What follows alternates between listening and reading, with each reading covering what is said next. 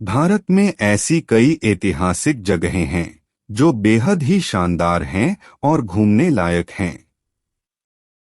ऐसी ही एक जगह है एलिफेंटा, जहां की गुफाएं पर्यटकों के लिए आकर्षण का एक बड़ा केंद्र हैं। एलिफेंटा द्वीप महाराष्ट्र के मुंबई शहर में स्थित गेटवे ऑफ इंडिया से 10 किलोमीटर की दूरी पर स्थित है। एलिफेंटा को घारापुरी के नाम से भी जाना जाता है, जो कोंकणी मौर्य की द्वीपीय राजधानी थी। एलिफेंटा नाम पुर्तगालियों द्वारा यहाँ पर बने पत्थर के हाथी के कारण दिया गया था। यहाँ अनेक देवी देवताओं की मूर्तियां हैं। पहाड़ियों को काटकर बनाई गई ये मूर्तियां दक्षिण भारतीय मूर्तिकला से प्रेरित हैं। यहाँ आने के बाद एक अलग ही दुनिया में आने जैसा एहसास होता है। एलिफेंटा में कुल 7 गुफाएं हैं। माना जाता है कि लगभग 8वीं शताब्दी के आसपास इन गुफाओं की खोज राष्ट्रकूट राजाओं द्वारा की गई थी। यहाँ मौजूद मुख्य गुफा में कुल 26 स्तंभ हैं, जिसमें भगवान शिव को कई रूपों में उकेरा गया है। इनमें उनकी त्रिमूर्ति प्रतिमा सबसे आकर्षक है, जिसमें उनके 3 रूपों का चित्रण किया गया है। पहाड़ी की चोटी पर स्थित एलिफेंटा की गुफाओं को साल 1980 के दशक की शुरुआत में यूनेस्को की विश्व धरोहर स्थलों की सूची में शामिल किया गया था। छुट्टियों पर घूमने, ट्रेकिंग करने और पिकनिक मनाने के लिए ये जगह बिल्कुल सही है। एलिफेंटा द्वीप पर 2 मुख्य पहाड़ियां हैं, जिनके नाम गन हिल और स्तूप हिल हैं। गन हिल का नाम यहाँ रखी ब्रिटिश युग की 2 तोपों के आधार पर रखा गया है, जबकि स्तूप हिल का नाम उन बौद्ध स्तूप के अवशेषों के आधार पर रखा गया है जो यहाँ खुदाई के दौरान मिले थे। एलिफेंटा की गुफा तक जाने के लिए बोट चलती हैं। हालांकि ये बोट सुबह 9 बजे से लेकर दोपहर के 12 बजे के बीच ही चलती हैं। नवंबर से मार्च के बीच यहाँ घूमना अच्छा माना जाता है, क्योंकि इस समय के दौरान मौसम यात्रा के लिए बिल्कुल अनुकूल रहता है। आपको एक बार तो यहाँ जरूर जाना चाहिए। एलिफेंटा गुफा में यदि गुफा संख्या 2 की बात करें तो इस गुफा को वर्ष 1970 के दशक में तबाह और बहाल किया गया था। गुफा संख्या 2 में 4 वर्ग स्तंभ और 2 छोटी कोशिकाएं हैं। गुफा में स्थित खंभे की आड़ और आंतरिक कक्षों के साथ यह गुफा मंडप वास्तुकला विरासत पर गुफा संख्या 3 को वहन करती है। कहते हैं कि मध्य द्वार एक क्षतिग्रस्त मंदिर द्वार है, जो कि भगवान शिव का माना जाता है। इससे आगे बढ़ते हुए अगली पंक्ति में गुफा संख्या 4 भी खंभे के एक बरामदे से परे एक खंडहर की अवस्था में है और मंदिर की संरचना के पीछे एक लिंगम है। गुफा संख्या 5 का इतिहास के सिद्धांत में कोई उल्लेख नहीं है। गुफा संख्या 6 और 7 के लिए स्तूप हिल्स। एलिफेंटा गुफा में स्थित गुफा संख्या 5 गुफा संख्या 1 के पूर्वी पहाड़ी क्षेत्र में स्थित हैं और इस गुफा को सीताबाई गुफा के नाम से भी जाना जाता है। पुर्तगालियों के दौरान का एक चर्च यहाँ देखने को मिलता है। गुफा संख्या 7 के लिए कुछ विशेष बचा नहीं है और एक छोटे से बरामदे में 3 कक्ष हैं। गुफा संख्या 7 से आगे एक सूखा तालाब देखने को मिल जाएगा। बौद्ध तटों के किनारे होने की वजह से इसे बौद्ध तालाब भी कहा जाता था। एलिफेंटा गुफाओं के इतिहास को देखने पर हम पाते हैं कि बादामी चालुक्य सम्राट पुलकेशी II द्वारा कोंकण के मौर्य शासकों की हार के समय से इस गुफा का रिकॉर्ड मिलता है।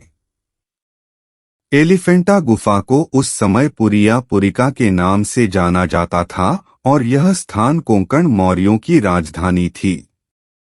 यहाँ तक कि कुछ इतिहासकारों का मानना है कि एलिफेंटा गुफाओं का निर्माण उनके शासनकाल में उनके द्वारा करवाया गया था। कुछ इतिहासकार इन गुफाओं के निर्माण का श्रेय कोंकण मौर्यों के संबंधी कलचुरियों को दिया है। इसके अलावा चालुक्य और राष्ट्रकूटों को भी इन आकर्षित गुफाओं के निर्माण के पीछे माना जाता है। यहाँ बनी हाथी की एक विशाल पत्थर की मूर्ति के कारण पुर्तगालियों ने इस द्वीप का नाम एलिफेंटा द्वीप रखा है। तो आप कह सकते हैं कि एलिफेंटा की गुफाओं का इतिहास स्पष्ट नहीं है। एलिफेंटा गुफाओं का पूरा परिसर 60,000 वर्ग फीट के क्षेत्र में निर्मित किया गया है और इस परिसर में 7 गुफाएं हैं। पुर्तगालियों के शासन काल के दौरान मुख्य गुफा हिंदू पूजा स्थल थी। इस गुफा में एक खंभा मंडप, खुला पोर्टिकोज और एक गलियारा बना हुआ है। गुफा की दीवारों को पत्थर से बेहतरीन तरीके से तराशा गया है और कई देवताओं की दर्शनीय मूर्तियों के यहाँ दर्शन किए जा सकते हैं। एलिफेंटा गुफाएं किसने बनवाई, इसका कोई ठोस प्रमाण नहीं है। एलिफेंटा गुफाओं के बारे में कई अटकलों और कयासों के बाद यहाँ की पोस्टिंग से तैयार किए गए निष्कर्षों के आधार पर यह माना गया है कि इन गुफाओं का निर्माण पांडवों द्वारा किया गया था। हालांकि कुछ लोग को मानना है कि गुफाओं का निर्माण शिव भक्त बाणासुर के द्वारा किया गया था, लेकिन यहाँ की स्थानीय परंपराओं की माने तो इन एलिफेंटा की गुफाओं का निर्माण हाथ से हुआ कदापि नहीं लगता है। एलिफेंटा गुफाएं मुख्य रूप से भगवान शिव को समर्पित हैं। कैलाश पर शिव पार्वती अर्धनारेश्वर की मूर्ति स्थापित हैं, जो कि एक ही शरीर में शिव और पार्वती की अभिव्यक्ति के रूप में देखी जा सकती है, जिसका आधा भाग पुरुष और आधा भाग स्त्री का है। एलिफेंटा गुफा में स्थापित त्रिमूर्ति जो भगवान शिव के 3 रूपों का वर्णन करती हैं। एलिफेंटा गुफाओं में घूमने के लिए पर्यटक सुबह 9 बजे से शाम के 5:30 बजे तक जा सकते हैं। अगर आप एलिफेंटा गुफा घूमने जा रहे हैं तो हम आपको यहां लगने वाली एंट्री फीस की जानकारी दे देते हैं। भारतीय नागरिकों के लिए 40 रुपये प्रति व्यक्ति, विदेशी नागरिकों के लिए 600 रुपये प्रति व्यक्ति। 15 वर्ष तक के बच्चों के लिए यह स्थान बिल्कुल फ्री है।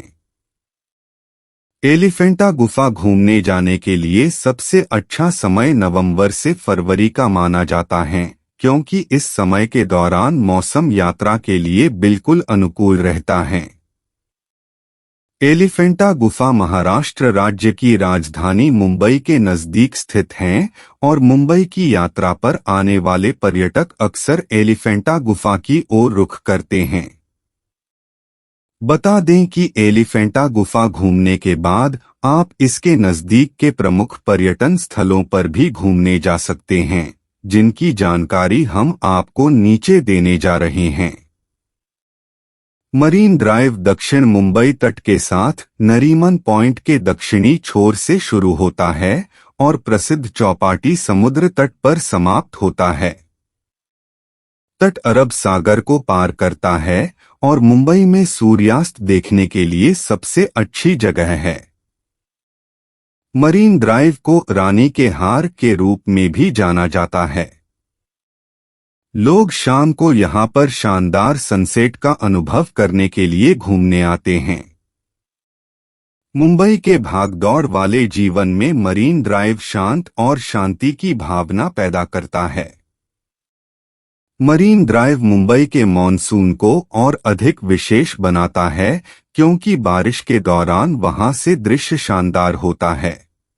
ऐसे वीडियो बनाने के लिए बहुत ज़्यादा ज़रूरत पड़ती है आप लोगों के प्यार की। आप सबका हमें प्यार ऐसा ही मिलता रहे। सिर्फ एक सब्सक्राइब करना है, लाइक करना है, शेयर करना है। Thank you.